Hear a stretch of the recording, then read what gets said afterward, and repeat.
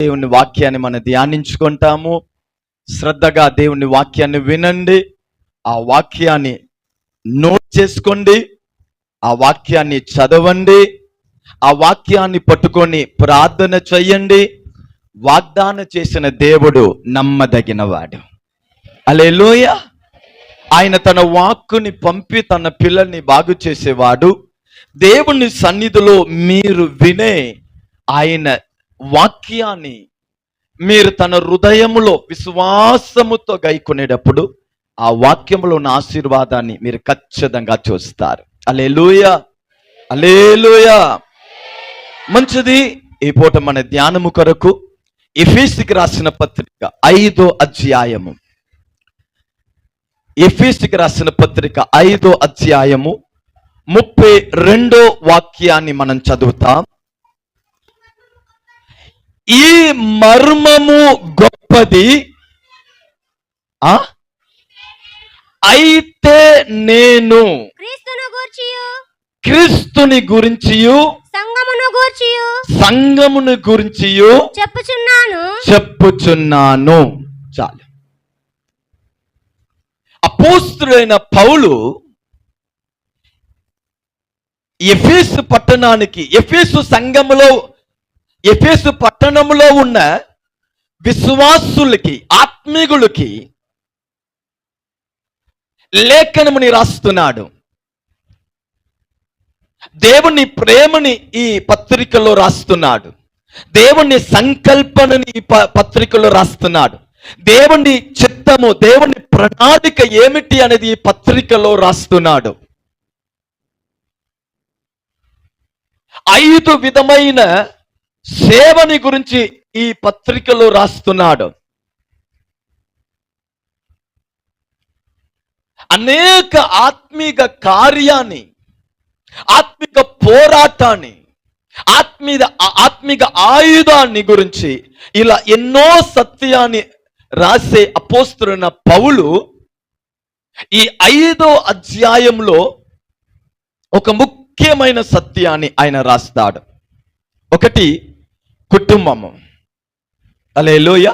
ఒకటి కుటుంబము, రెండోది సంఘము. ఒక కుటుంబానికి, ఒక భార్యకి భర్త ఎలా శిరస్సై ఉన్నాడో అలాగనే క్రీస్తు తన సంఘానికి ఎలా ఉన్నాడంట? శిరస్సై ఉన్నాడు. ఒక కుటుంబానికి భర్త ఎలా యజమానుడై ఉన్నాడో, ఒక దేశానికి ఎలా ఒక వ్యక్తి నాయకుడై నియమించబడుతున్నాడో అలాగనే సంఘ విషయమై అపోస్తలుడైన పౌలు మాట్లాడుతూ అంటున్నాడు, సంఘానికి శిరస్సు ఎవరు? క్రీస్తు. ఈ సంఘానికి క్రీస్తు శిరస్సై ఉన్నాడే, ఇది ఒక సాధారణ అనుభవము కాదు. ఇది మన తెలివిలో అర్థం చేసుకోవలసిన మాటలు కాదు. ఇది ఎటువంటిదంట? మర్మము అంటున్నాడు. హల్లెలూయా. సంఘము అనేది ఒక మర్మము, ఒక రహస్యం. సంఘం అనేది ఒక దైవికమైనది. ఆ సంఘానికి పునాది క్రీస్తు. ఆ సంఘము ఒక జన్మము క్రీస్తు మరణంలో నుండి కలిగింది. హల్లెలూయా. అందుకే సంఘము దైవికమైనది, సంఘము ఆత్మీకమైనది, సంఘము క్రీస్తులో నుండి జన్మించింది. సంఘము ఒకరోజు పరలోకానికి ప్రయాణము చేయబోతుంది. సంఘాన్ని శరీర ప్రకారంగా మనం చూడకూడదు. సంఘాన్ని ఏందండి మన అనుభవముల నుండి చూడకూడదు. సంఘాన్ని క్రీస్తులో నుండి చూచుముగాక. సంఘాన్ని, క్రీస్తుని మనము వేరు చేయలేము. ఈ శరీరాన్ని, ఈ శరీరంలో ఉన్న హృదయాన్ని మనం వేరు చేయవచ్చా? చేయలేం. అలాగనే సంఘాన్ని క్రీస్తులో నుండి వేరు చేయలేము. ఎందుకంట సంఘానికి శిరస్సు ఎవరు? క్రీస్తు అయి ఉన్నాడు. ఏమండి, ఈ సత్యము మనకి అర్థమవుతే నేను క్రీస్తు ఎంత ముఖ్యమనేది మీకు అర్థమైతే, హల్లెలూయా.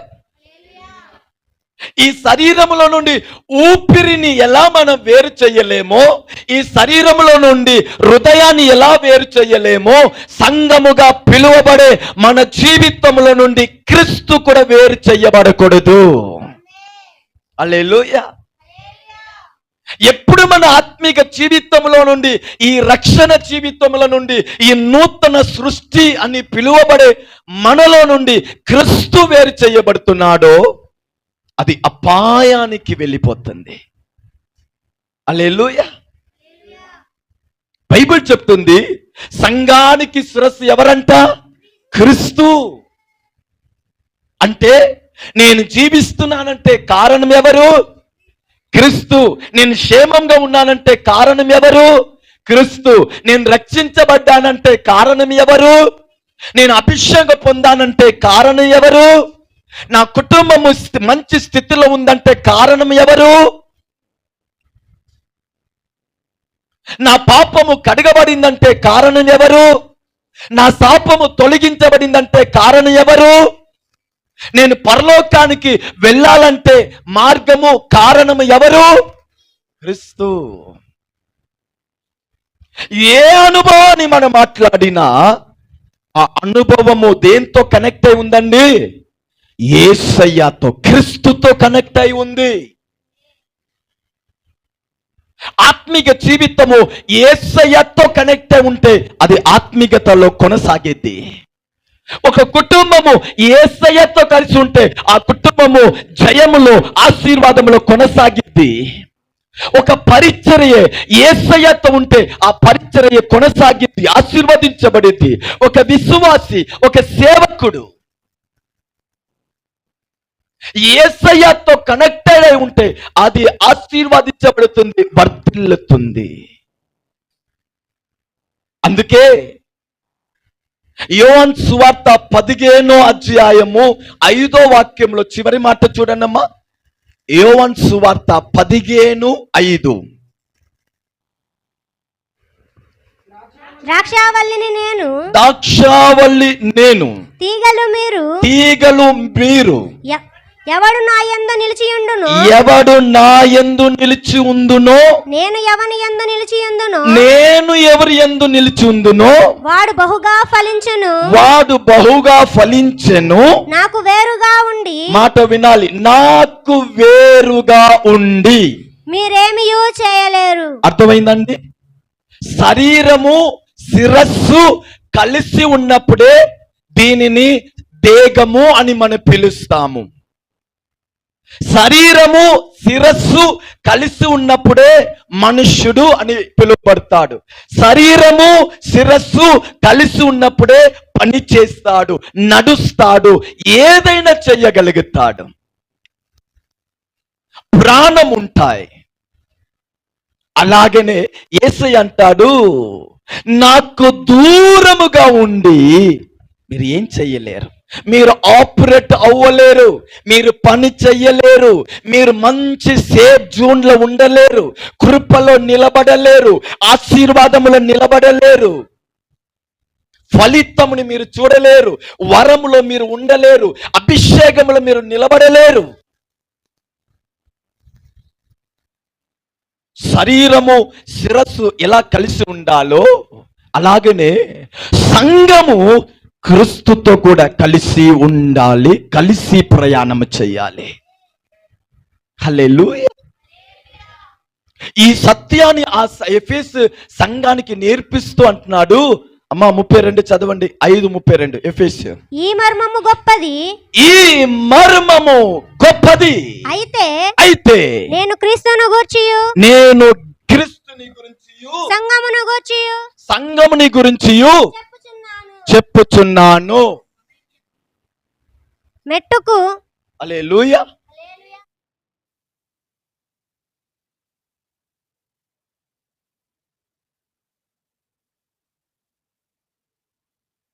క్రీస్తుని గురించి సంఘాన్ని గురించి నేను చెప్పుచున్నాను.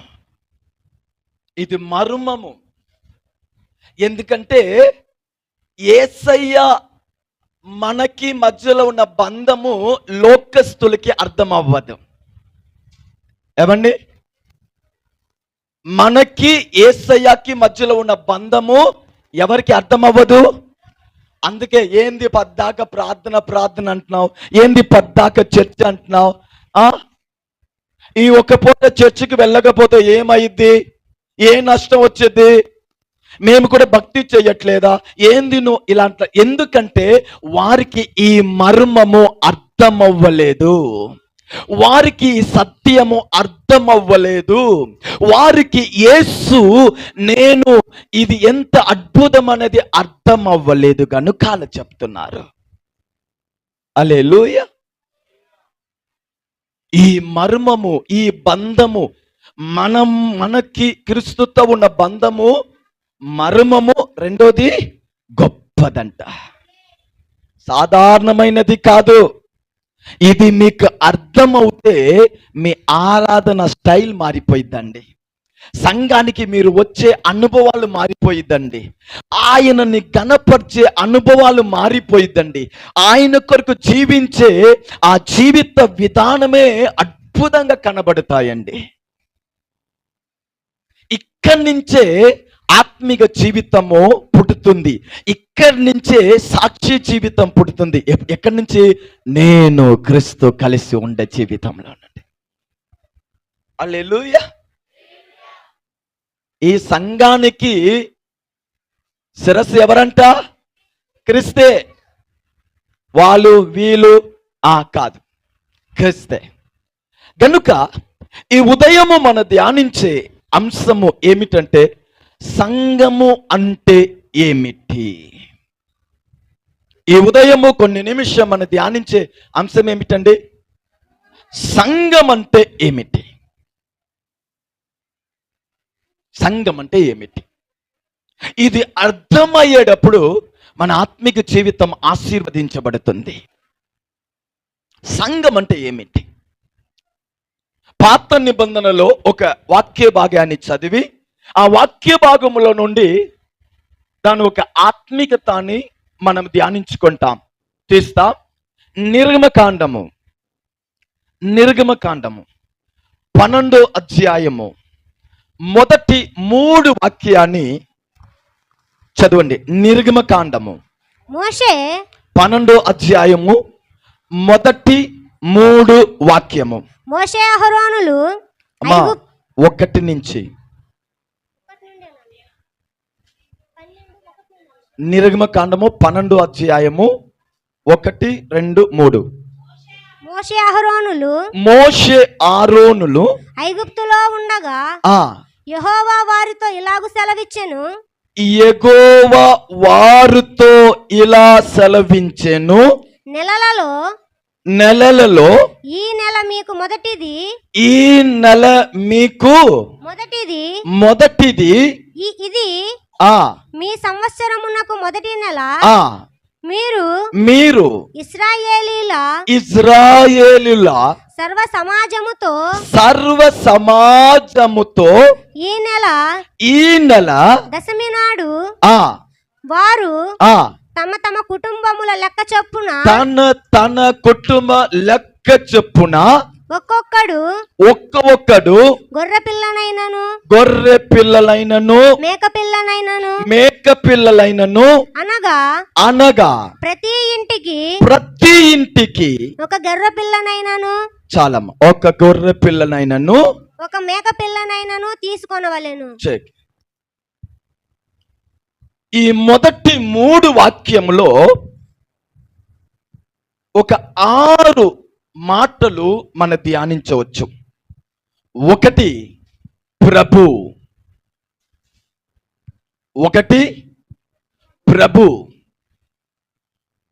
రెండో మాట ఏమిటంటే ఎగిప్త్.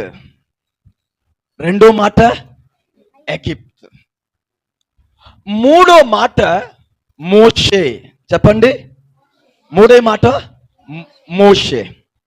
నాలుగో మాట ఆరోను.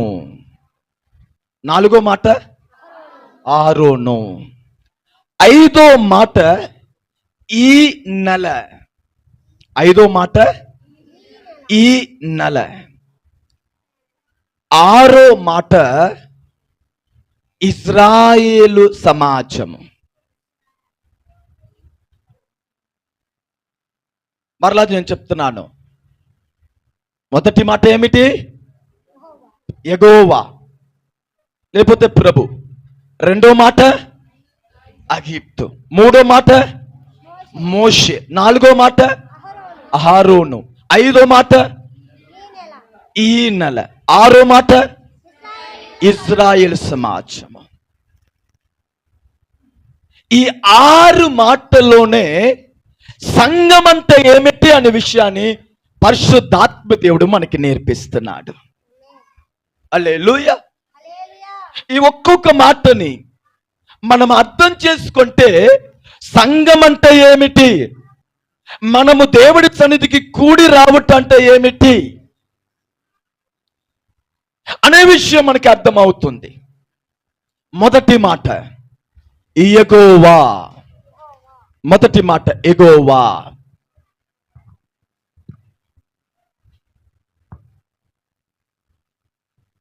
ఇప్పుడు నాకు చెప్పండి, సంఘానికి నాయకుడు ఎవరు? క్రీస్తు, దేవుడు. మొదటిగా ఈ మాటను మీరు మీ జీవితంలో అర్థం చేసుకోవాలి. సంఘానికి నాయకుడు ఎవరు? యేసయ్య. సంఘాన్ని నడిపించేవాడు ఎవరు? యేసయ్య. సంఘానికి శిరస్సు ఎవరు? యేసయ్య. మన ఆత్మీక జీవితానికి శిరస్సు యేసయ్య. అందుకే బైబిల్ చెప్తుంది, ఆయన కాపరి అయి ఉన్నాడు, మనము ఆయన గొర్రెలై ఉన్నాము. మనము దేహమై ఉన్నాము, క్రీస్తు మనకి శిరస్సు అయి ఉన్నాడు. మనము పిల్లలై ఉన్నాము, ఆయన మనకి తండ్రి అయి ఉన్నాడు. హల్లెలూయా. కనుక సంఘం అంటే మీరు అర్థం చేసుకోవాలి, ఆ సంఘానికి నాయకుడు దేవుడు. మీ జీవితము ఎప్పుడు ఆశీర్వదించబడుతుందంటే నీ జీవితంలో దేవుడు ప్రథమ స్థానంలో ఉన్నాడా?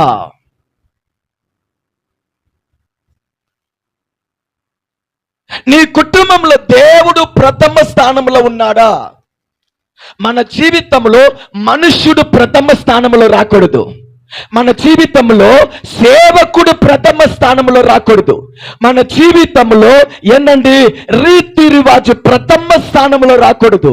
మన జీవితంలో ప్రథమ స్థానములో, మొదటి స్థానములో నాయకుడుగా, కాపరిగా, దేవుడుగా ఎవరు ఉండాలి? యేసయ్య, దేవుడు. ఈ ఇజ్రాయేల్ సమాజము వీళ్ళు విడుదల పొందుటకు, వీళ్ళు నడిపించబడుటకు, వీళ్ళు పోషించబడుటకు, వీళ్ళకి బండ నుంచి నీళ్లుని దయచేసేవాడు ఎవరు? మోషే అంటారా? దేవుడు అంటారా? దేవుడు లేకుండా వారు ఎగిప్తు నుంచి బయటికి వచ్చారా? దేవుడు లేకుండా ఎర్ర సముద్రాన్ని దాటారా? దేవుడు లేకుండానే వారు మన్నాని పూజించారా? దేవుడు లేకుండా వారికి బండ నుంచి నీళ్ళు వచ్చిందా? దేవుడు లేకుండా వారికి మేఘ స్తంభం ఎక్కడి నుంచి వచ్చింది? అంటే ఇజ్రాయేల్ అనేది ఒక సంఘము. ఆ సంఘానికి నాయకుడు ఎవరు? యెహోవా దేవుడు. ఇయాల యేసు రక్తములో కడగబడిన మనము, కొనబడిన మనము ఆత్మీక సంఘమై ఉన్నాము. ఈ సంఘానికి నాయకుడు ఎవరండి? యేసు. కొందరు మా సేవకుడు అండి అంటారు. వాళ్ళ సేవకులే, వాళ్ళకి గొప్పే, కానీ ఆయన మహిమని సేవకుడికి ఇవ్వకూడదు. కొందరు తన సేవకుని గురించి గర్వంగా మాట్లాడుకుంటారు, కొందరు తన సంఘాన్ని గురించి గర్వంగా మాట్లాడుకుంటారు, కొందరండి తన కార్యాన్ని గురించి గర్వంగా మాట్లాడుకుంటారు. తప్పు, తప్పు. నీ జీవితంలో సంఘం అంటే అర్థం చేసుకోవాలి, ఆ సంఘానికి నాయకుడు దేవుడు. అపోస్తుల కార్యము 20 అధ్యాయము 28 వాక్యం చూడండి. అపోస్తుల కార్యము 20:28. దేవుడు తా సొంత రక్తముడి ఇచ్చి చాలు. ఈ సంఘాన్ని ప్రాణమిచ్చి ఎవరు సంపాదించారు? హల్లెలూయా, దేవుడు. అందుకే 1 కొరింథీ 7 అధ్యాయము 23 వాక్యం చూడండి. 1 కొరింథీ 7:23. మీరు విలువ పెట్టి కొనబడ్డారు గనుక మనుషులకు దాసులు కాకుడి. మీరు ఇంకా ఎవ్వరికి దాసులు కాదు. ఎవ్వరు మీ మీద ఏలుబడి చెయ్యుటకు వీలు లేదు. నువ్వు దాసుడు కాదు, నా వలన నువ్వు కొనబడినవాడు. ఎప్పుడు మన జీవితంలో ఆశీర్వాదం వస్తుంది, ఎప్పుడు మన జీవితంలో మేలు వస్తుందంటే, చిన్న కార్యమైన పెద్ద కార్యమైన నీ జీవితంలో దేవుణ్ణి ఎప్పుడు ఆ విషయంలో నువ్వు కూర్చోపెడుతున్నావో, దేవునికి స్థానం ఇస్తున్నావో, అక్కడ ఆయన నిన్ను నడిపిస్తున్నాడు. హల్లెలూయా. సంఘం అంటే మొదటిగా చెప్పండి, సంఘానికి నాయకుడు ఎవరు? క్రీస్తు. చాలా నాయకులు ఉన్నారు, స్తోత్రం. చాలా సేవకులు ఉన్నారు, స్తోత్రం. చాలా డినామినేషన్ ఉంది, స్తోత్రం. కానీ సంఘము మాదని చెప్పుటకి ఎవరికి కూడా ఏ లేదండి, రైట్స్ లేదు. సంఘము మా సొత్తు అని ఈ భూమిలో ఏ సేవకుడు కూడా చెప్పుటకి ఏ లేదండి, రైట్ లేదు. ఎందుకంటే ఆయన తన రక్తంనిచ్చి సంపాదించాడంట. హల్లెలూయా. ఒక వాక్యం చదువుతారా? న్యాయాధిపతులు 8 అధ్యాయము 22-23. న్యాయాధిపతులు 8 అధ్యాయము 22-23. అప్పుడు ఇశ్రాయేలీయులు గిద్యోనుతో నీవు మిద్యానీయుల చేతిలో నుండి మమ్మును రక్షించితివి గనుక నీవును నీ కుమారులను మమ్మును ఏలవలను అని చెప్పను. అక్కడే ఉండండి అమ్మా. గిదియోను శత్రుల చేతుల నుండి ఇజ్రాయెల్ ప్రజల్ని విడిపించాడు, అద్భుతంగా విడిపించాడు. అలా విడుదల పొందిన, మేలు పొందిన ఆ ఇజ్రాయెల్ ప్రజలు అందరూ గిద్యోను దగ్గర వచ్చి అంటున్నారు, గిద్యోను, ఇంక మీదట నువ్వే మా మీద ఎలా ఉండు, రాజుగా ఉండు. నీవే మమ్మల్ని ఏలుబడి చెయ్యి, నీ ఇష్టానుసారంగా మమ్మల్ని నడిపించు, మేము నీకు లోబడతాము, నీ మాట వింటాము అని వారే చెప్పినప్పుడు గిదియోను ఏం చెప్పాడు? చదువామా. అందుకు గిదియోను నేను మిమ్మును ఏలను, వింటున్నారా? నేను మిమ్మను ఏలను, నా కుమారుడును మిమ్మను ఏలరాదు, యెహోవా మిమ్మును ఏలునుగాక. చాలు. మిమ్మల్ని విడిపించుటకు దేవుడు నాకు సామర్థ్యం ఇచ్చాడు, నన్ను వాడుకున్నాడు, అంతే. మీ మీద ఏలుబడి చూపించుటకు, అధికారం చూపించుటకు నాకు దేవుడు రైట్ ఇయ్యలేదు. దేవుడే మిమ్మల్ని ఏలునుగాక. హల్లెలూయా. ఎందుకంటే ఇశ్రాయేలు సంఘమా, మీరు యెహోవా వలన పిలువబడిన వారు, మీరు ఆయన ప్రజలు, ఆయన నిబంధన ప్రజలు, మీరు ఆయన ప్రజలు, ఆయన మీకు రాజు. దేవుడు ఒకవేళ మిమ్మల్ని నడిపించే కృప ఇచ్చినా కూడా, నేను ఆయనలాగా ఏలుబడి చెయ్యనయ్యా, మిమ్మల్ని ఆయన ఏలునుగాక. హల్లెలూయా. ఆయన సంఘాన్ని నడిపించే బాధ్యత కృప నాకు ఇచ్చాడు, కానీ ఏలుబడి చెయ్యే కృప నాకు తప్పు. ఏ సేవకుడైనా సరే ఆ సంఘాన్ని బోధించుటకు దేవుడు ఆ సేవకుని వాడుకుంటున్నాడు, ప్రేమించుటకు వాడుకుంటున్నాడు, నడిపించుటకు ఆ సేవకుని వాడుకుంటాడు, రాకడికి సిద్ధపరచుటకే. కానీ ఆ సంఘాన్ని ఏలుబడి చేసే కృప దేవుడిదే. హల్లెలూయా. మన జీవితంలో సంఘానికి రాజు ఎవరండి? దేవుడు. ఈ విషయాన్ని ఎప్పుడు కూడా మీరు మర్చిపోకూడదు. ఎప్పుడు మీ జీవితంలో, మీ కుటుంబ విషయంలో, మీ ఆత్మిక విషయంలో, మీ ధన విషయంలో, మీ పిల్లల విషయంలో, మీ వ్యక్తిగత జీవితంలో, నీ పని విషయంలో, నీ ప్రయాణ విషయంలో, ఏదైనా సరే, ఏ విషయంలో నువ్వు నీ తెలివిని లేకపోతే మనుషుల్ని లేకపోతే ఇంకొకరికి ఎప్పుడు చోటిస్తున్నావో దాని అర్థము అది మిమ్మల్ని ఏలుబడి చెయ్యాలని నువ్వు కోరుకున్నావని అర్థము. సంఘం అంటే మొదటిగా ఆ సంఘానికి శిరస్సు నాయకుడు దేవుడు. ఆయన ఏలుబడి చేస్తేనే మీకు క్షేమము. ఇశ్రాయేలు ప్రజల్ని దేవుడు అద్భుతంగా నడిపిస్తా ఉంటే సాముయేలు కాలంలో ఇశ్రాయేలు ప్రజలు అన్నారు, మాకు ఒక రాజు కావాలంటే దేవుడు బాధపడ్డాడా కాదా? దేవుడు అన్నాడు, ఇశ్రాయేల్ సంఘమా, ఇప్పటివరకు నేను మీకు రాజై ఉన్నాను, నేను మీకు నాయకుడిగా ఉన్నాను, నేను మిమ్మల్ని నడిపించినట్టు మనుషులు మిమ్మల్ని అంత క్షేమంగా నడిపించలేరు. ఒకవేళ మీరు కోరుకున్నట్టు రాజు వచ్చారనుకోండి, వారికి మీరు ట్యాక్స్ కట్టాలి, వాళ్ళు రూల్ పెడతారు, వాళ్ళు హింసిస్తారు, వాళ్ళు మిమ్మల్ని ఇబ్బంది పెట్టిస్తారు, మీరు మంచి జీవించలేరంటే ఇశ్రాయేల్ ప్రజలు అస్సలు ఒప్పుకోవద్దు. వద్దు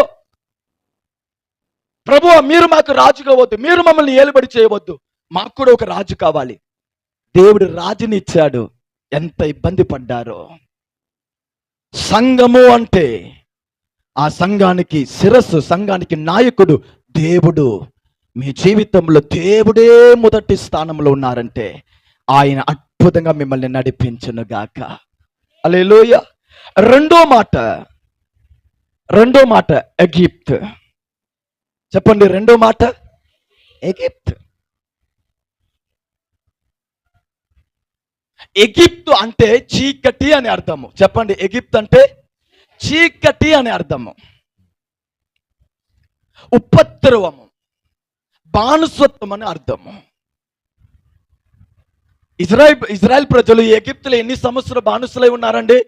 430 సంవత్సరాలు బానిసలై ఉన్నారు.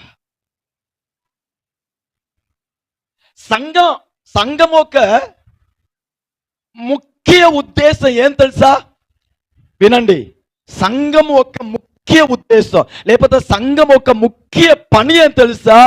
చీకటిలో ఉన్న వారిని వెలుగుకి నడిపించుట. మీరు దేవుని ఆలయం అయితే, మీరు దేవుని సంఘమైతే, మీరు ఏ చీకటిలో నుండి వెలుగుకి నడిపించబడ్డారో, నీ కుటుంబము, నీ ఇంటివారు, నీ పొరుగువారు, నీ స్నేహితులు, నీకు తెలిసిన వారు ఎవరు చీకటిలో ఉన్నారో వారిని నువ్వు ఎక్కడ నడిపించాలి? వెలుగుకి, అనగా నువ్వు పొందిన రక్షణానికి నడిపించాలి, నువ్వు పొందిన ఆశీర్వాదానికి నడిపించాలి, నువ్వు పొందిన మార మనసుకి నడిపించాలి, నువ్వు వెళ్ళపోయే ఆ పరలోకానికి వారిని నడిపించాలి. ఇది సంఘం యొక్క ఉద్దేశం. సంఘం అంటే ఇది. నేను బాగున్నానని చెప్పేది కాదు సంఘం ఒక స్వభావం. నాకు అన్ని నిండుగా ఉంది అని చెప్పేది కాదు సంఘం ఒక ఉద్దేశము. సంఘము అంటే అది ఎగిప్తులో నుండి, చీకటిలో నుండి ఎలా వెలుగుకి నడిపించబడిందో, శ్రమలో, ఇబ్బందిలో, ఇరుకులో ఉన్న వారిని నువ్వు కూడా ఏం చెయ్యాలండి? వెలుగుకి నడిపించబడాలి. ఒక వాక్యం చదువుతారా? 1 పేతురు 2 అధ్యాయము 9వ వాక్యము. మొదటి పేతురు 2:9.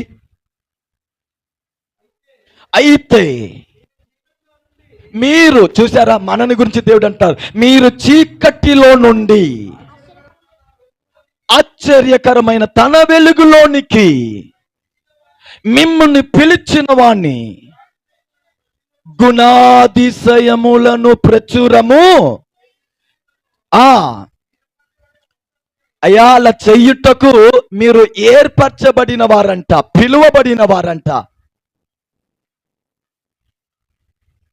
మన బాగా ఆశీర్వాదం పొంది సంతోషించుట క్రైస్తవ జీవితం కాదు. మనము ఏర్పరచబడ్డామంట. దేని కొరకు ఏర్పరచబడ్డావు? నిన్ను ఎందుకు చీకటిలో నుండి ఆశ్చర్యకరమైన వెలుగుకి దేవుడు తీసుకొచ్చాడంట. తీసుకువచ్చి నిన్ను ఎందుకు ఏర్పరచాడంట? నీ ఇంటి వారు వెలుగుకి రావాలి. నీ స్నేహితుడు ఆ చీకటి అనుభవాన్ని విడిచి వెలుగుకి రావాలి. నీ భర్త ఆ తాగుడిని విడిచి విడుదలకి రావాలి. నీ ఇంటి వారు ఏందండి ఆచారాన్ని విడిచి ఆశీర్వాదానికి రావాలి. దాని అర్థం నువ్వు పొందిన మేలుని, నీ పొందిన ఆ జీవితాన్ని ఎదుటవాడు కూడా పొందాలని నువ్వు ఇష్టపడాలి. హల్లెలూయా. సంఘానికి నాయకుడు దేవుడు. ఆ సంఘం ఒక పని ఏమిటి?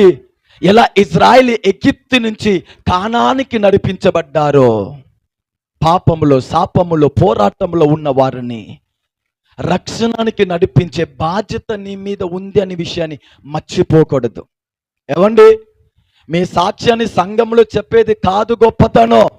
నీ సాక్ష్యాన్ని నీ స్నేహితుడు వినాలి. నీ జీవితంలో నువ్వు పొందిన మార్పుని నీకు తెలిసిన వారి దగ్గర నువ్వు చెప్పాలి. దేవుడు నిన్ను ఎలా విడిపించాడో, ఇబ్బందిలో బాధలో ఉన్న వారికి నువ్వు ఆ మాటని చెప్పాలి. నిరీక్షణ లేని వారికి నిరీక్షణ కలిగినట్టు నువ్వు ఆయనతో వేసే ప్రేమను చెప్పాలి. కొందరు అంటారు, మాకే టైం లేదండి,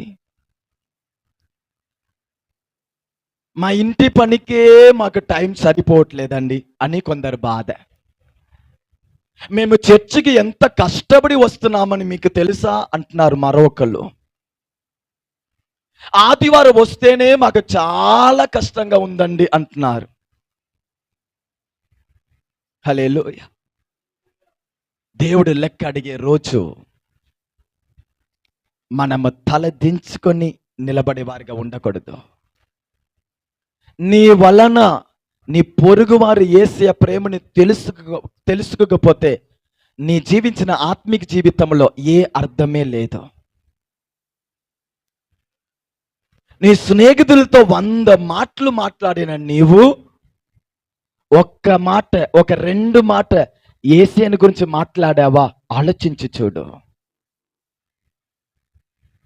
100 మందిని కలిసిన నువ్వు 2 మాట యేసయ్య నిన్ను ప్రేమిస్తున్నాడు, యేసయ్య నిన్ను ప్రేమిస్తున్నాడు అని మాట చెప్పావా? ఆలోచించి చూడు. సంఘం అంటే ఏం తెలుసా అండి? ఆ సంఘానికి నాయకుడు దేవుడు. సంఘం అంటే ఏం తెలుసా అండి?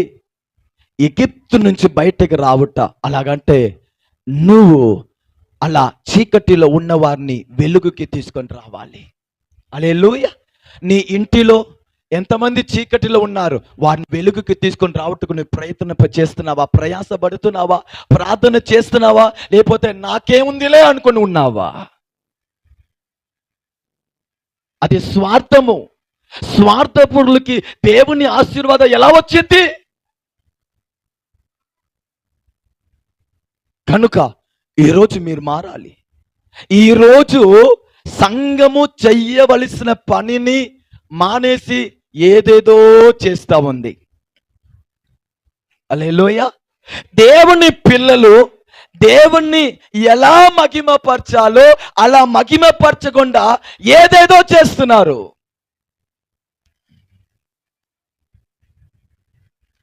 నీ ఇంటికి వచ్చే వారికి యేసు నామములో చిన్న ప్రార్థన చేసి నువ్వు పంపించేవారుగా ఉండాలి. నీ ఇంటికి ఎవరు వచ్చినా సరే వారు చెవి వినేనట్టు ఒక 5 మాటలను యేసుని గురించి చెప్పి ఉండాలి. ఇటువంటి మనస్సు, ఇటువంటి ఏందండి అనుభవం గలవారై ఉండాలి. అదే సంఘం అంటే. మారండి. నీ ఇంటి వారు ఎందుకు రక్షణలో నడిపించబడట్లేదంటే నీ మనస్సు కోరుకోలేదు. ఈరోజు మారండి. సంఘం అంటే ఏమిటి? అది క్రీస్తు మనకి మధ్యలో ఉన్న బంధము. ఇది గొప్పది. ఆ బంధము ఎటువంటిదంటే ఆ బంధానికి నువ్వు అనేకుల్ని కూడా తీసుకొని రావాలి. ఆమేన్. మీకు భిక్ష కార్డు అంటే తెలుసుగా, అడుక్కున్నవాడు. చూడండి, అడుక్కున్నవాడు ఒక స్థలానికి వెళ్ళాడు. అక్కడ ఆయనకి కావలసినది అందుబాటులో ఉందంటే ఆయన తన తోటి వాడికి ఫోన్ చేసి, రే ఈరోజు ఇక్కడ బాగా మనకి అన్ని అందుబాటులో ఉంది, మన వాళ్ళని తీసుకుని వచ్చేసి అంటాడా కాదా? అంటే ఆయనకి కావలసినది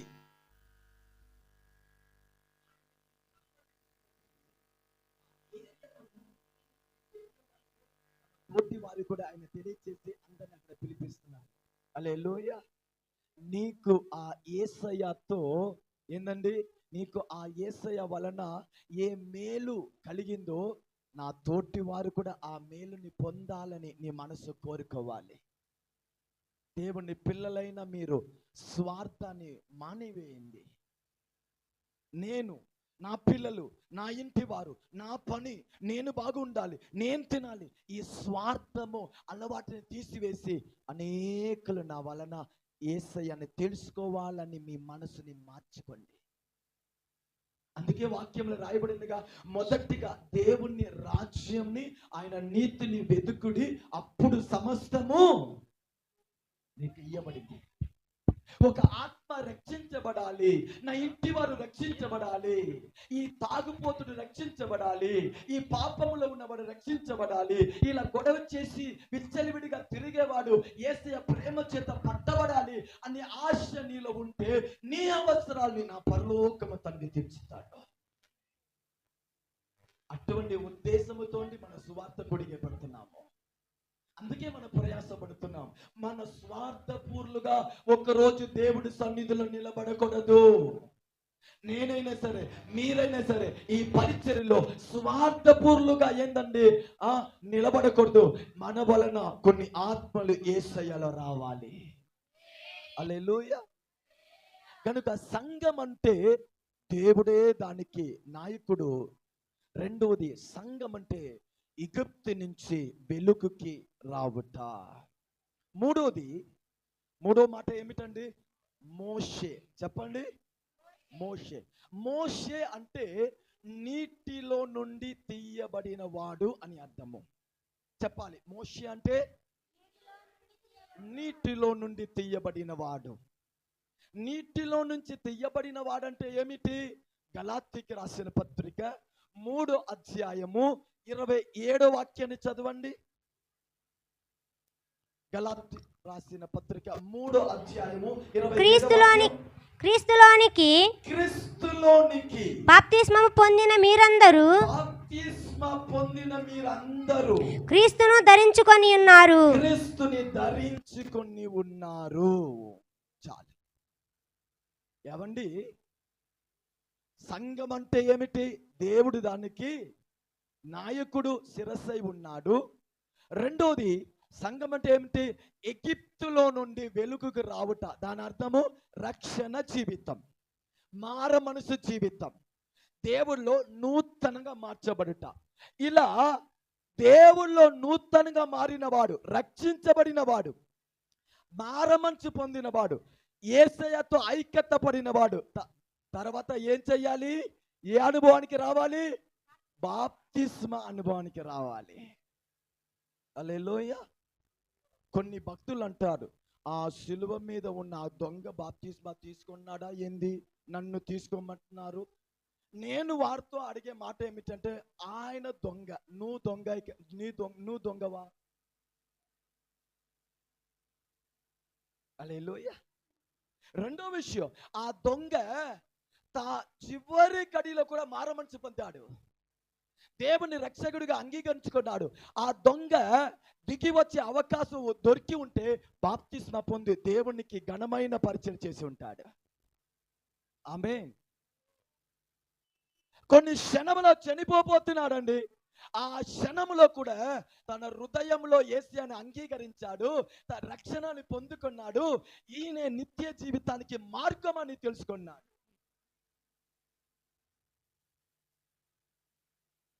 నువ్వు నీ జీవితంలో యేసయ్య శిరస్సు అయితే,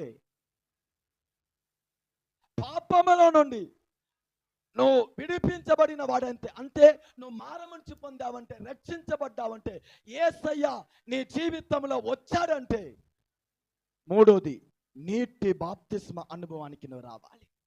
బైబిల్ చెప్పే మాట, బాప్తిస్మ ఆచారము కాదు, బాప్తిస్మ ఏందండి ఏదో పుస్తకాల ఒక కార్యక్రమము కాదు.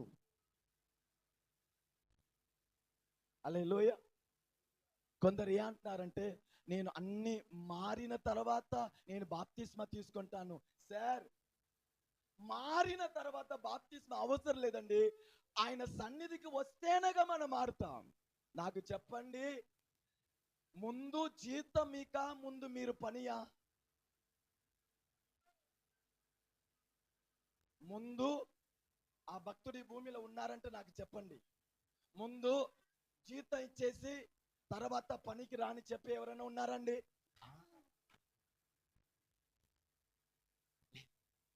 నెలంతా కష్టపడు, నీకు జీతము. నేను అన్ని మారిన తర్వాత నేను చూస్తానంటే ఆయన వచ్చేస్తాడు. హల్లెలూయా. బయటే నేను బాగుపడుటకు అవకాశం ఉందంటే దేవుడు ఎందుకు? బయటే నేను బాగుపడుటకు అవకాశం ఉందంటే క్రీస్తు ఎందుకు మరణించాలి? బయటే నేను బాగుపడుటకు అవకాశం ఉందంటే పరిశుద్ధాత్మ ఎందుకు?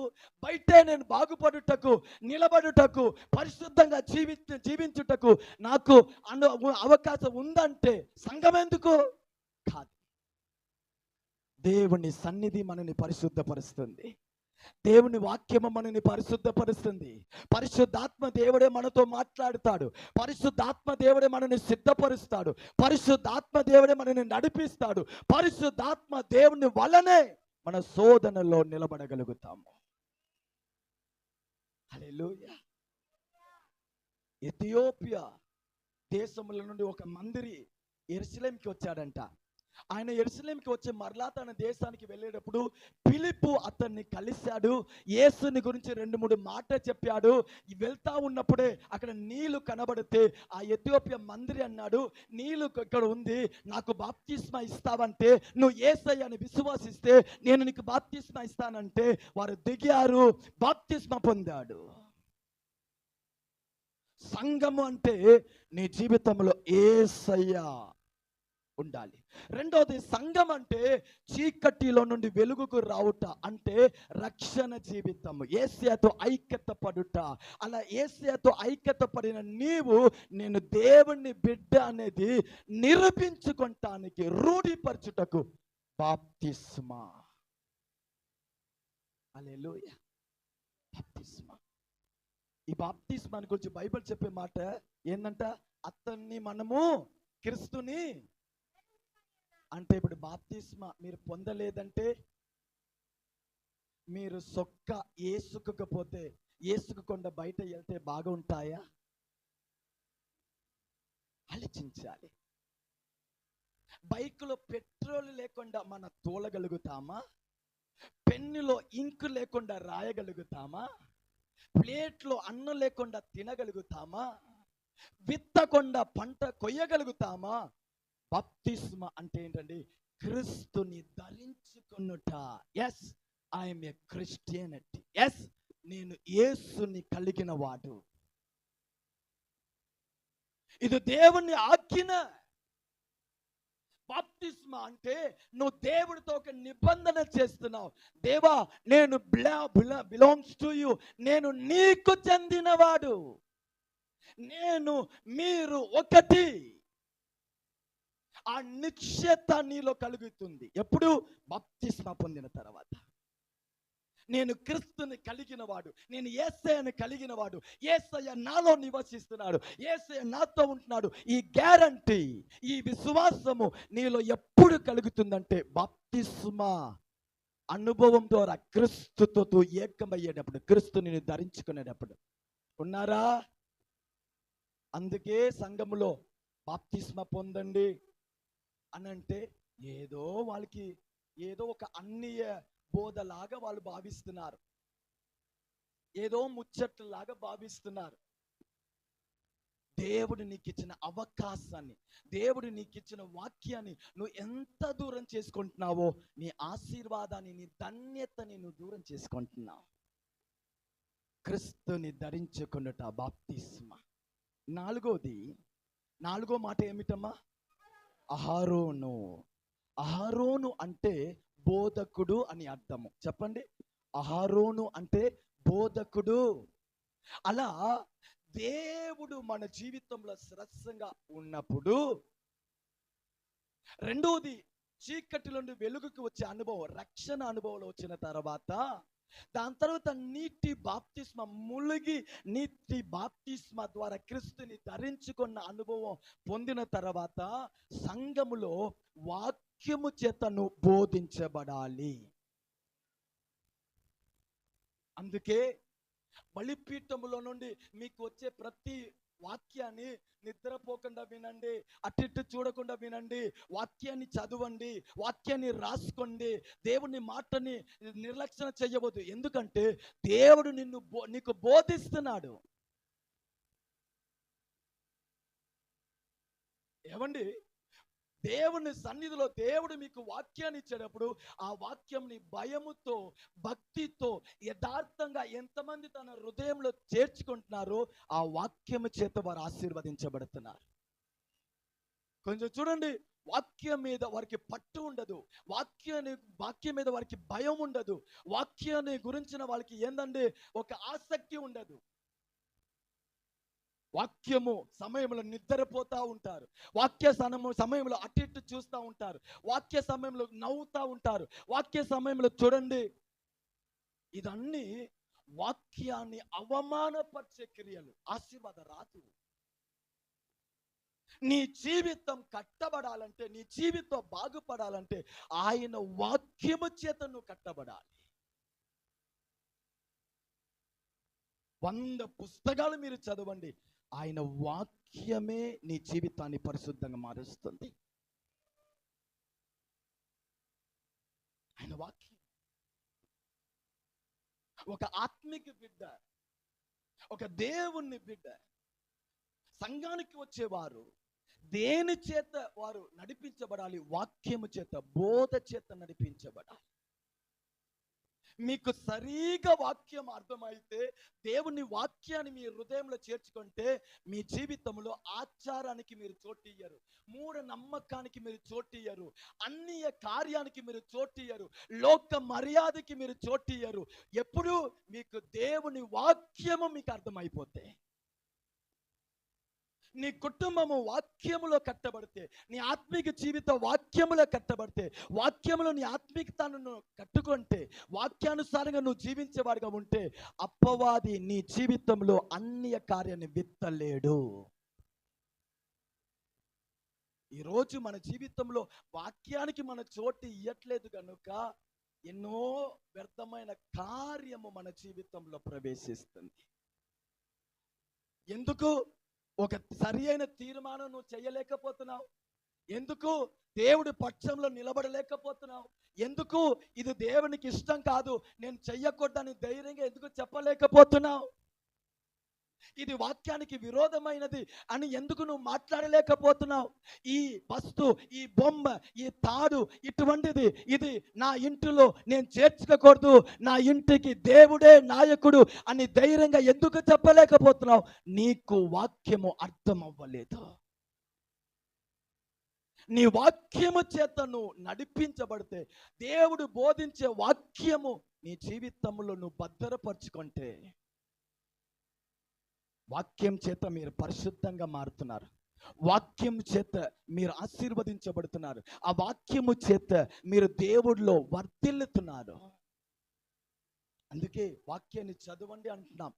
అందుకే వాక్యాన్ని రాసుకోండి. ఆ వారమంతా మీరు వినిన వాక్యాన్ని అప్పుడప్పుడు తీసి, దేవా ఈ వారం ఇలా మాకు వాక్యం నేర్పించారుగా ప్రభువా, ఈ వాక్యం చెప్పున మమ్మల్ని దీవించండి, మా స్వభావముని మార్చండి, మా అలవాటుని మార్చండి అని ప్రార్థించండి. ఈరోజు కథలు ఎక్కువైపోయింది. ఈరోజు బయట మాటలు ఎక్కువైపోయింది.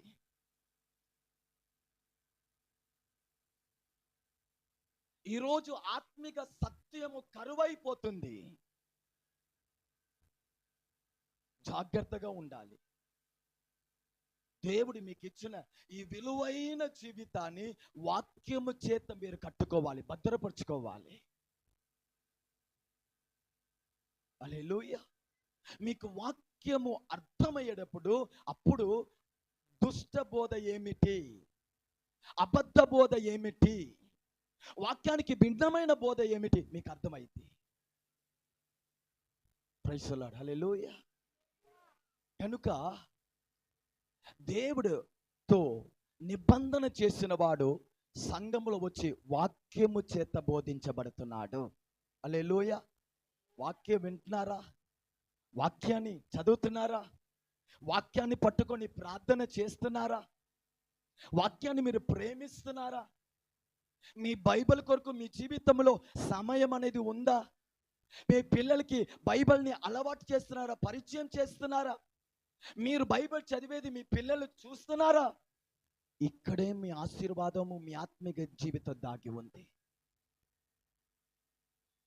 సంఘం అంటే అక్కడ దేవుడు, సంఘం అంటే అక్కడ రక్షణ లోకంలో నుండి, సంఘం అంటే అక్కడ దేవుని ధరించుకున్న ఒక నీటి బాప్తిస్మ అనుభవం, సంఘం అంటే అక్కడ ఆరోను అనగా బోధ అక్కడ ఉండాలి.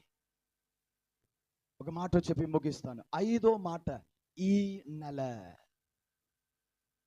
5వ మాట ఈ నెల. ఈ నెల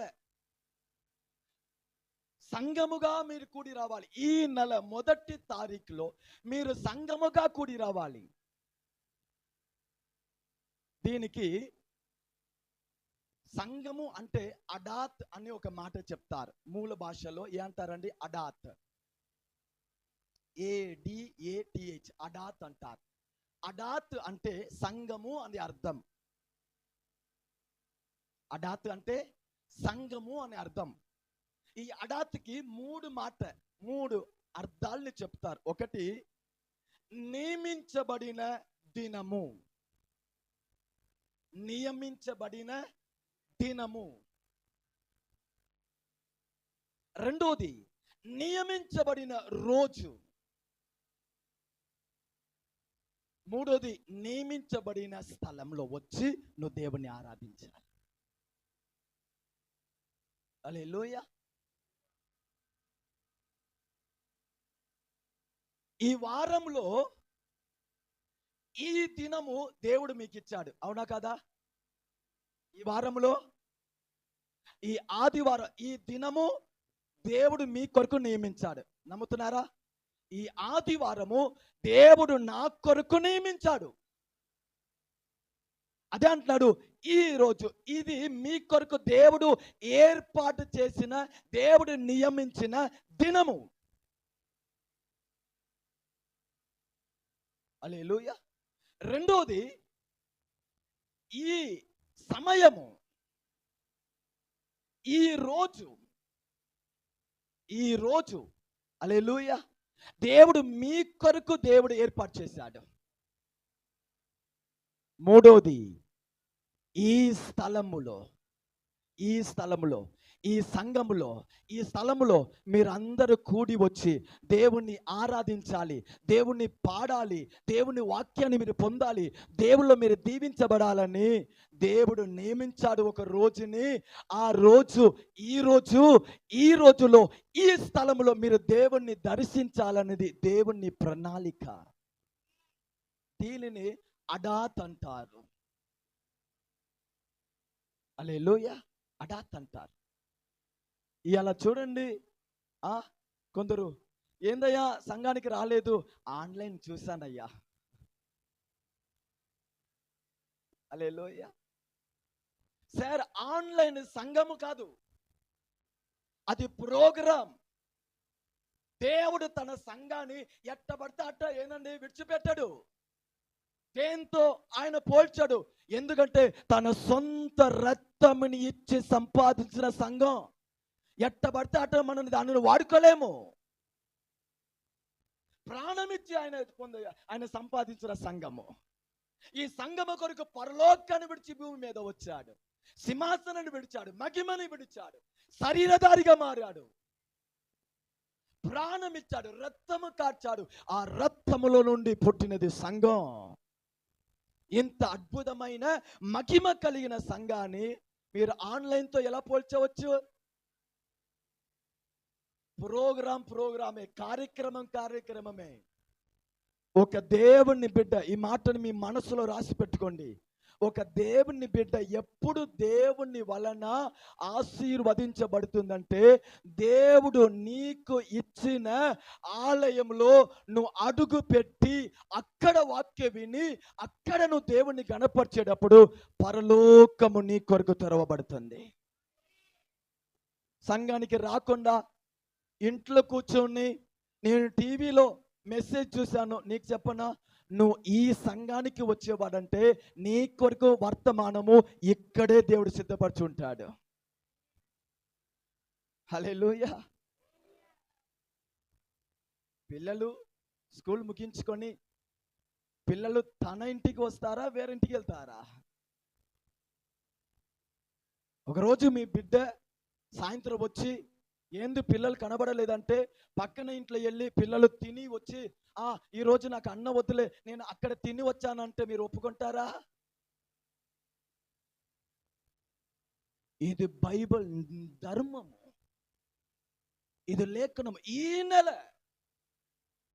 నీ ఆశీర్వాదము, నీ క్షేమము, నీ విడుదల, నీ కొరకు దేవుని స్వరము, నీ కొరకు వాగ్దానము దేవుడు నిన్ను నాటిన స్థలంలోనే ఉంది అనేది మర్చిపోకూడదు. అందుకే అంటున్నాను, ఆరాధనని మానుకోవద్దు, మందిరాన్ని నిర్లక్ష్యం చెయ్యవద్దు. నీ కొరకు సిద్ధపరిచిన ఆశీర్వాదాన్ని నువ్వు వచ్చి పొందుకోవాలి, కానీ ఒకళ్ళు తీసుకొని వచ్చి నీకు ఇయ్యలేరు. ఈరోజు ఏ వర్తమానము చెప్పారు, నాకు చెప్తావా? దాని వలన నీకు ఆశీర్వాదం రాదు. నువ్వు దేవుని పాదంలో వచ్చి ఉండాలి, నీ నోరు ఆయనని ఆరాధించి ఉండాలి, నీ చప్పట్లు ఆయనని గణపరిచి ఉండాలి, నువ్వు ఆయన ముందు సాష్టాంగ పడి ఉండాలి, నువ్వు నీ హృదయాన్ని ఆయనకి అప్పగించి ఉండాలి. అప్పుడు కాదా దేవుడు మహిమ పొంది ఆనందించి నేను ఆశీర్వదిస్తాడు. సంఘం అంటే నిన్ను నాటిన స్థలంలో నువ్వు సాక్షిగా ఉండాలి. దేవుడు నీకు ఇచ్చిన మందిరంలో నువ్వు ఒక స్తంభంగా ఉండాలి. దేవుడు నిన్ను ఉంచిన స్థలంలో నువ్వు పరిచయం చేయాలి. దేవుడు నీకు ఇచ్చిన మందిరంలో నువ్వు పరిశుద్ధంగా ఉండాలి. దేవుడు నీకు ఇచ్చిన మందిరంలో నువ్వు దేవుడిని గణపరచాలి. అదే అది నెల అంటే, సంఘం అంటే అదే. అందుకే నేను ఎప్పుడు చెప్తాను, ఒక విత్తనము ఒక స్థలములో విత్తబడితేనే అది తగిన సమయంలో పంటని ఇచ్చేదే, కానీ అలా ఆ విత్తనాన్ని మారుస్తా ఉంటే ఏ రోజు కూడా పంట అయ్యేది. చివరికి ఆ విత్తనము పాడైపోయింది. దేవుడు నిన్ను ఒక స్థలంలో నాటాడంటే అక్కడ పరిశుద్ధంగా సాక్షిగా నిజంగా దేవుడి ముందు జీవించుటకు నేర్చుకోండి.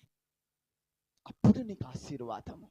చివరి మాట, ఆరోది ఇజ్రాయేలు సమాజము. ఇజ్రాయేలు సమాజము. దేవుడు అంటున్నాడు, ఇజ్రాయేలు అంటే దేవునితో కలిసి ఏందండి ఏలుబడి చేసే ప్రభు అని అర్థము. ఇజ్రాయేలు అంటే ఏమిటండి? దేవుడితో కలిసి ఏలుబడి చేసే ప్రభు అని అర్థము, లేకపోతే రాజులు అని అర్థము. ఈ మాట చెప్పి ముగిస్తాను. మీరు మిమ్మల్ని గురించి తక్కువ అంచనా వేయవచ్చు. నాకు కృప లేదు, నాకు సరిగా ప్రార్థన తెలీదు, నేను దేనికి పనికి మాలినవాళ్ళు, నాకు కృప లేదు, నేను బలహీనుడు, నాకు ఆశీర్వాదం లేదు. మీరు మిమ్మల్ని గురించి ఏదైనా అనుకోండి, కానీ ఒక మాట చెప్పనా, నువ్వు దేవుడితో ఏందండి నిలిచి ఉన్నవాడు. ఇజ్రాయేల్ అంటే దేవాది దేవుడితో కలిసి ఏలుబడి చేసేవాడు. దేవుడితో నువ్వు జీవించేవాడు, దేవుడితో నువ్వు నడిచేవాడు. అందుకే అనోకుని గురించి బైబిల్ చెప్తుంది, అనోకు దేవుడితో సంచరించి మరణాన్ని చూడకుండా కొనిపోబడ్డాడు. అనోకు ఎవరంట అండి? దేవుడితో సంచరించిన వాడు, మరణాన్ని చూడకుండా కొనిపోబడ్డాడు. నోవా దేవుడితో సంచరించిన వాడు, అందుకే ఆ కాలంలో ఉన్న పాపంలో ఆయన పడిపోకుండా జీవించగలిగాడు. హల్లెలూయా. పాపాన్ని ఎదిరించగలిగాడు, పాప శోధనాన్ని ఎదిరించగలిగాడు, ఆ పాపము తన దగ్గర రాకుండా నిలబడగలిగాడు. ఎందుకంటే దేవుడితో అనోకు జీవించాడు, నోవా జీవించాడు. నాశనానికి తప్పించబడ్డాడు, కీడుకి తప్పించబడ్డాడు. ఇజ్రాయేలు అంటే దేవుడితో కలిసి ఏలుబడి చేసే ప్రభు అని అర్థం. శోధన వచ్చినప్పుడు, పోరాటం వచ్చినప్పుడు, అన్న ఏసావు యాకోబుకి విరోధంగా వచ్చినప్పుడు ఆ రాత్రి యాకోబు దేవుడితో పోరాడాడని వాక్యంలో రాయబడింది. ప్రార్థనలో దేవుడితో పోరాడాడు. హల్లెలూయా. ఆ ప్రార్థనలో పోరాడాడు గనుక ఏనండి, శత్రుగా బయలుదేరిన ఏసావు యాకోబు దగ్గర రాగానే స్నేహితుడిగా మారిపోయాడు. ఆమేన్ చెప్పండి. నీకు విరోధంగా రూపించబడిన ఆయుధము పని చెయ్యకుండా పోయినట్టు నువ్వు దేవుడితో నిలబడేవాడిగా ఉంటే చాలు. ఒక ఇజ్రాయేలే దేవుడితో కలిసి ఏలుబడి చేసే వాళ్ళంటే మనము ఆయన సొత్తై ఉన్నాము, మనము ఆయన వారిసై ఉన్నాము, మనము పరిశుద్ధులై ఉన్నాము, మనం నీతిమంతులై ఉన్నాము, మనము ఆయన ఆలయమే ఉన్నాము. ఆయన మన కొరకు రక్తము కార్చి మనల్ని సంపాదించుకున్నాడంటే, ఆయన మనలో ఉన్నాడంటే మన ద్వారా ఎంత గొప్ప గొప్ప కార్యాన్ని దేవుడు చేస్తాడు. హల్లెలూయా. మీ దేవుణ్ణి అర్థం చేసుకోండి అమ్మా. మీరు ఆరాధించే దేవుడు ఎవరు అర్థం చేసుకోండి. మీరు ఎవరు సన్నిధికి వచ్చారో అర్థం చేసుకోండి. మీతో మాట్లాడే దేవుడు ఎవరు అనేది అర్థం చేసుకోండి. అప్పుడు నీ విలువ నీకు అర్థమైంది. నీ యేసయ్య నీకు అర్థమవుతే నీ విలువ నీకు అర్థమైంది. ఆమేన్. ఒక తల్లి గారు ఎంతో కష్టముతో, ఎంతో బాధతో తన కుమారుడిని చదివించి విదేశం పంపించింది. ఆ తల్లి చాలా కష్టపడి, పనిచేసి, ప్రయాసపడి, కడుపును చంపుకొని బిడ్డను చదివించి, ఇప్పుడు బిడ్డకి ఉద్యోగం వచ్చింది. ఎక్కడ? విదేశంలో ఉన్నాడు. ఇప్పుడు విదేశంలో ఉన్నారంటే నెల నెల రాలేరు కదా. 3 నెలలు అవ్వచ్చు, 5 నెలలు అవ్వచ్చు, సంవత్సరం అవ్వచ్చు. కానీ ఈ తల్లి ప్రతి నెల బాధపడతా ఉండేది. నా బిడ్డ కొరకు ఇన్ని చేశానులే, ఇన్ని కష్టపడ్డానులే, నన్ను మర్చిపోయాడు, నేను ఇప్పుడు కష్టంలో ఉన్నాను, తిండి లేక ఉన్నాను, సరి అయిన నివాసాలు లేక ఉన్నాను, నా బిడ్డ నన్ను మర్చిపోయాడు అని అనుకునే ఉండేది అంట. చాలా రోజు తర్వాత ఆ తల్లిగారి ఇంటికి పాస్టర్ గారు వచ్చారంట. పాస్టర్ గారు వస్తే ఇదే బాధని చెప్పిందంట. అయ్యా, నా బిడ్డ కొరికి నేను ఎంత కష్టపడ్డానయ్యా, ఎంత బాధపడ్డాను, చదివించాను, విదేశం వెళ్ళాడు, ఇప్పుడు మర్చిపోయాడయ్యా, నా కొరకు ఆయన ఏం చెయ్యట్లేదు, నాకు డబ్బులు పంపించట్లేదు, నా అవసరాన్ని తీర్చట్లేదు అయ్యా అని చాలా బాధపడి చెప్పిందంట. ఈ పాస్టర్ అలా వింటూ అలా ఆ ఇంటి గోడను చూస్తే ఆ ఇంటి గోడల వరుసగా ఏందండి, ఏదో చిన్న పేపర్ అతికించబడి ఉంది. మొత్తం ఏందండి, చిన్న కాగితాలు వరుసగా అతికించబడి ఉంది. అప్పుడు పాస్టర్ అడిగాడంట, అమ్మా ఇదేంది ఇలా అతికించావంటే, ఏదో మా అబ్బాయి పేరు మీద ఈ కాగితాలు వస్తే ఈ కాగితాన్ని పెట్టుకుని నేనేం చెయ్యాలని ఆయన గుర్తింపు కొరకు నేను అతికించుకున్నానయ్యా. అప్పుడు పాస్టర్ చెప్పారంట, అమ్మా ఇది ఒట్టి కాగితం కాదు, నీ కొడుకు విదేశంలో నుండి ప్రతి నెల నీకు డబ్బులు పంపించాడమ్మా, చెక్కు పంపించాడమ్మా, దీన్ని నేను తీసుకొని వెళ్ళి బ్యాంకులో ఇచ్చుంటే నీకు ఇన్ని వేల వచ్చేది. హల్లెలూయా. ఇది కాగితం కాదు, నీ కుమారుడు నిన్ను ప్రేమించి ప్రతి నెల వేల వేల డబ్బులు పంపించాడమ్మా. ఇది నీకు కాగితం నీకు అర్థం అవ్వలేదు కనుక నువ్వు ఈ స్థితిలో ఉన్నావు. యేసుని ఆరాధించడం గొప్పది కాదు, సంఘానికి వచ్చేది గొప్పది కాదు, యేసయ్య అది యేసయ్య అని చెప్పేది కాదు. నీ యేసయ్యని నీ హృదయంలో ఎంత నువ్వు అర్థం చేసుకున్నా,